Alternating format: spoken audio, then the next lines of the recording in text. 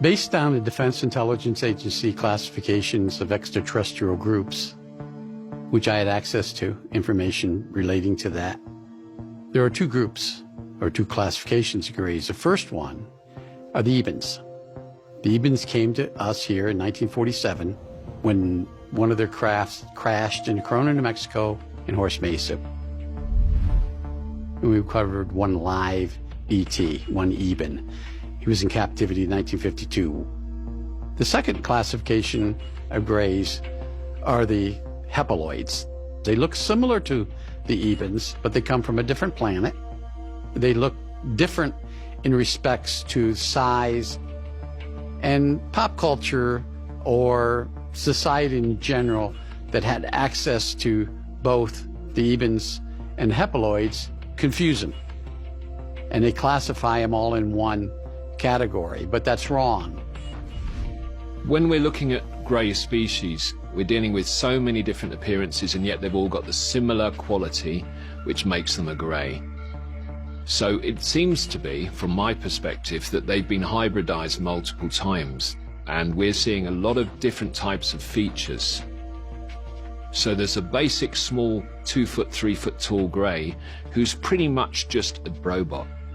Then there's the classic grey, which is the sort of 4 foot tall, big-headed person with sort of relatively long limbs, very ashen grey, which is where they get their name, and the classic rat-browned eyes, which they all have. Now, when we get to that, we're looking at appearance that is the classic grey appearance and maybe the kind of root of the grey. The haploids, their head was proportionately larger than their body. Their face was round. The skin tone of the head was slightly darker than the skin tone of the body, and maybe that was for protection. They had larger eyes. The eyes had a couple of different lenses protecting the irises or maybe the optic nerve from radiation or from bright light.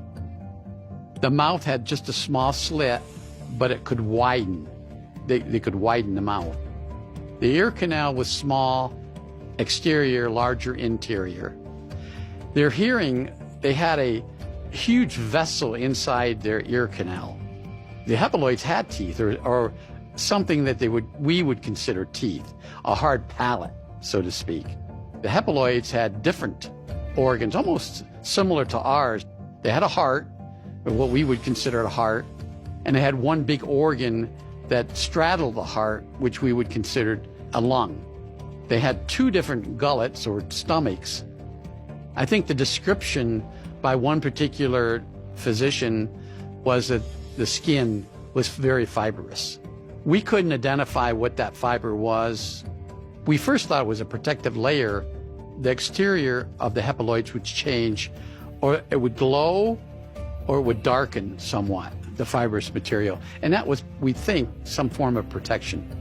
The wrists, I remember, on the haploids were very, very bony compared to the bone structure on the Eben wrist.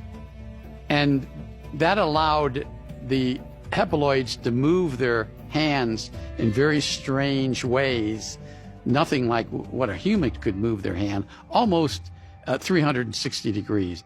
So their anatomy was different than the Ebens. So we classified, at that point, the DIA classified this particular group of grays as haploids.